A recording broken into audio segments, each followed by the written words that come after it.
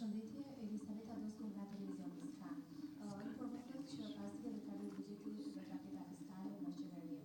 Zotë ministra, nuk kemi detaje konkrete se çfarë do përmbyshohen në taksa sa i takon vitit 2024 dhe njëta pyetje vlen disi dhe për shefin e FMN-s nëse ka pasur një sugjerim konkret ndaj qeverisë shqiptare sa i takon ndryshimit në taksa. A mund ta përsërisë edhe një herë dhe jo kaq shpejt? Okej. Atëherë, evita pyetje vlen për shefin e Ministerit të FMN-s. Ka pasur një sugjerim konkret nga ana e FMN-s për ndryshime në taksa që duhet të ndërmarrë qeveria shqiptare për gjatë vitit 2024? Po filloj unë përgjigjen atëre. Faleminderit për pyetjen. Ne do të kemi një komunikim të posaçëm pas mbledhjes së qeverisë, qoftë për buxhetin dhe për paketën fiskale, kështu që unë do ta fokusoja diskutimin pra do të çështje në atë komunikim të posaçëm.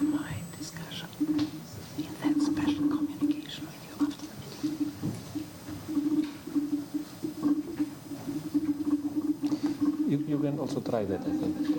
It's okay? Okay, so I understand that there was a question on our concrete suggestions on tax policy and tax admin changes going forward. So as you know, we have long been arguing for a medium-term revenue strategy of the government.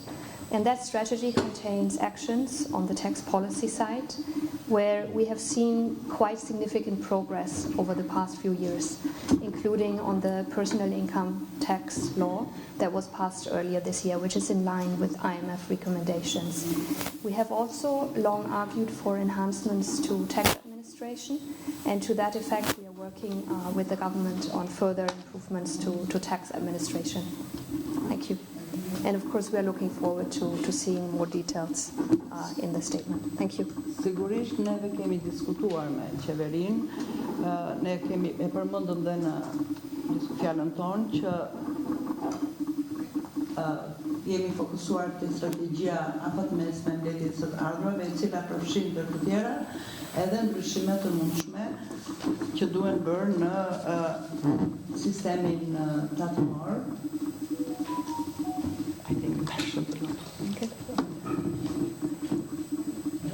Ta vazhdoj u përkthimin? Vazhdo në qoftë se ke më mirë sot. Me siguri që di më mirë. Pra, shefja misionit tha që veçanërisht ligji për tatim mbi të ardhurat i miratuar këtë vit ka qenë në linjë me rekomandimet e FMN-s dhe ndër të tjera në strategjinë afatmesme që unë e përmanda të punojmë përsëri me FMN-n për të pasur një rishikim, ka dhe masa që i adresohen administrimit fiskal dhe ai do të jetë fokusi ynë i përbashkët së bashku me FMN-n për periudhën vit. Përshëndetje, Eliza Zhidikun nga Report Televizion. Zotë Ministër, a është tërhequr qeveria nga amnistia fiskale në mënyrë që do vitin nga lista e pastrimit parave? Unë kam pasur këtë pyetje në fakt edhe para disa ditësh kur folja për aktin normativ. Përgjigja që dhash dhe që mbetet e njëjtë është që ne nuk do të ndërmarrim asnjë mas që vjen ndesh me parimet në këtë fushë, që vjen ndesh me rekomandimet e FATF-s apo që vjen ndesh me praktika të ngjashme të ndërmarra edhe në vende të tjera. Që do të thotë, çdo mas do të jetë në pajtueshmëri me këto praktika dhe me këto parime. Dhe ky qendrim ka qenë i shprehur edhe për FATF-n dhe është marrë parasysh në marrjen e këtij vendimi që morën sot. Unë isha shumë i qartë në bërë. Jo, konkluzionet nuk thash në asnjë moment, konkluzionet mund nxirrni vetë, ajo që thash është që ne nuk do të ndërmarrim asnjë mas që bie ndesh me rekomandimet e FATF-s apo me parimet në këtë fushë.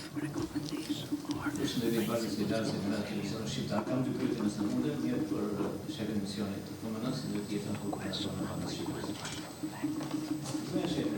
Do të them pak për kohën, në 20 shtator të vitit 2022, Guvernatori Sejko për përgjithësi FMN-s ka qenë në Shqipëri në vitin e parë.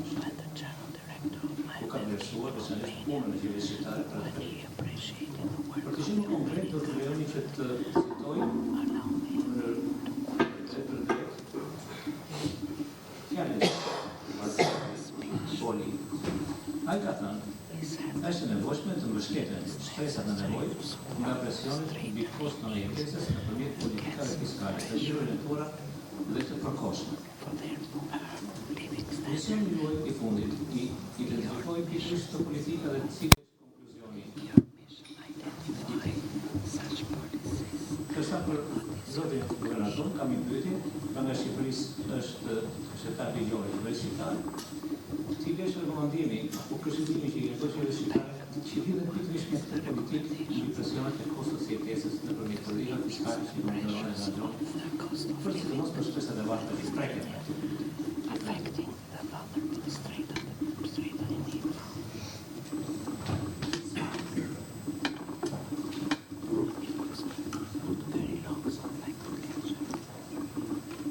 Okay, so I understand that there were two parts of the question. The first one relating to the impact of the exchange rate appreciation on the economy, and the second one on the cost of living crisis that we have seen in many countries. So on the first one, looking at it from a macro perspective, the appreciation of the lek has been helpful in keeping inflation in check and therefore in actually reducing the cost of living in Albania. So overall, from a macro perspective, it has been a good development. We have also... Pyetja jote përfshinte dy aspekte, vlerësimin e lekut dhe tjetra që do ta them vonë. Për sa i takon të parës, në një plan makro, mendoj që vlerësimi i lekut ka pas një ndikim të mirë, sepse ka ndikuar në përmirësimin e jetesës. We have also done some work on the determinants of the exchange rate in Albania, and there we find that it's to a large extent driven by fundamentals, including tourism.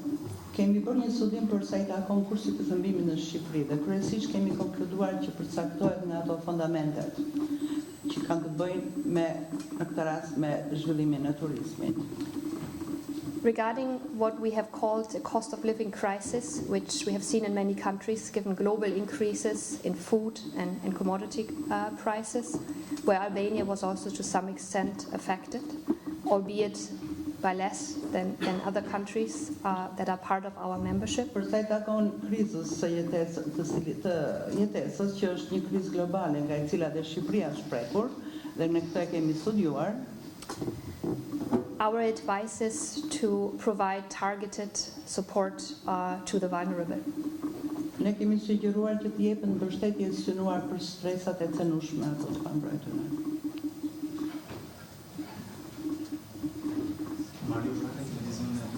Një minutë, është guvernator.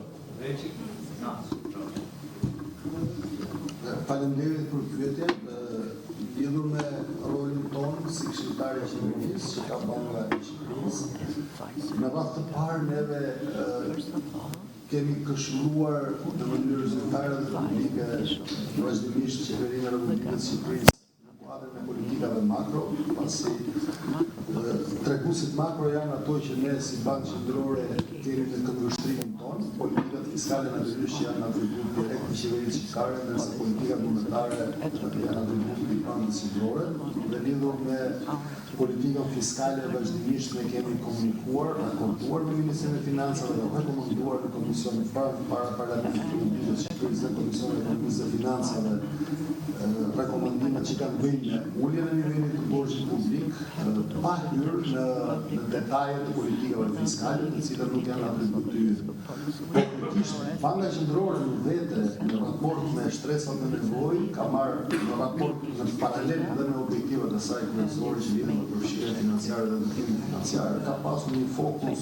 të vazhdueshëm në objektiva dhe strategji konkrete, sikurse përmendë edhe gjatë fjalës time, për strategjinë e ndërtimit financiar të përfshirjen financiare, to nuk janë vetëm teorike, janë konkrete. Ne kërkojmë që popullata të jetë përfshirë në banka, pasi sa më e lartë të jetë përfshirë në bankim, sipas studimeve edhe të Bankës Botërore dhe institucioneve të tjera ndërkombëtare, aq më shumë ulet dhe paparazia shoqërore nëpërmjet përfitimeve që merr popullata nëpërmjet këtyre produkteve dhe shërbimeve financiare. Konkretisht ne kemi para një viti implementuar një sistem me euro për pagesat me euro brenda Republikës Shqipërisë, duke përdorur kapacitetet tona, një lloj sikurse kemi bërë për lekun, të cilat kanë sjellë kursime që vitin e parë mbi 10 milionë euro dhe ky vit do t'rregoj shifra më të larta, nuk po them në kursime direkt, jo vetëm shtresave nevojë, por edhe të agjentëve dhe bizneseve. Njëkohësisht duhet përmend dhe ligjin e fundit për shërbimet e pagesave që qeveria shqiptare sapo e kaloi me propozimin tonë dhe do t'i miratohet në parlament,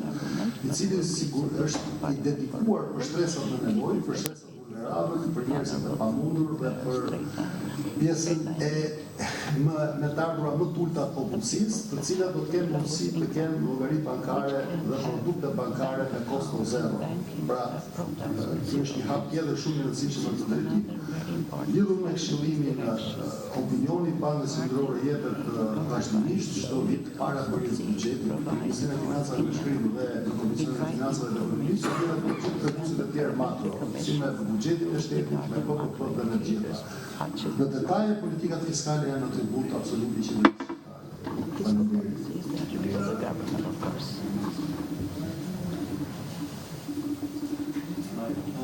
Për zonën vepër, në gjysmën e parë të vitit, zëvendja ekonomike e Shqipërisë e kënaqshme, por u mbështet në tre nga 11 sektorët e ekonomisë, real estate dhe turizëm. Ndërsa se vendi ka nevojë ndoshta për të diversifikuar burimin e aktivitete ekonomike, pasi që janë sektor ndoshta edhe sezonal, për Guvernatori Sejko mund të jetë si aktuale politike. Normalisht i ri në tre, kurse padashur për ministrin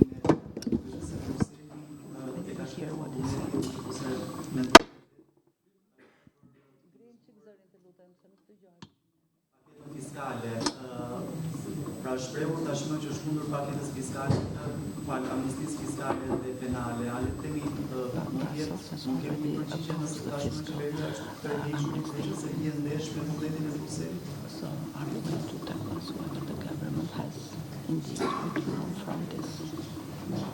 So the question for you was diversification of sources of growth. Sure.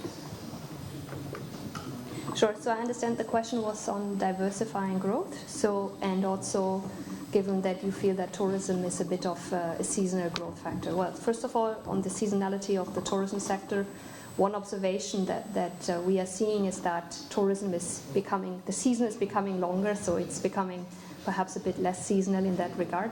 Pra ju pyetët për diversifikimin e burimeve të rritjes, duke qenë se turizmi zakonisht është sezonal. Por me këto zhvillime që kemi parë, kemi vënë re se turizmi nuk po bëhet më një zhvillim sezonal, po bëhet një zhvillim gjatë gjithë vitit. And given the beauty of the country that I have been able to witness myself, there's no doubt that tourism will remain an important driver of growth going forward. Dhe duke marrë parasysh bukurinë e vendit tuaj, të cilën kam pasur rast ta shoh dhe vet, mendoj që turizmi do të vazhdojë të mbetet një burim i rëndësishëm i rritjes. That being said, we at the fund always encourage a diversified and inclusive growth.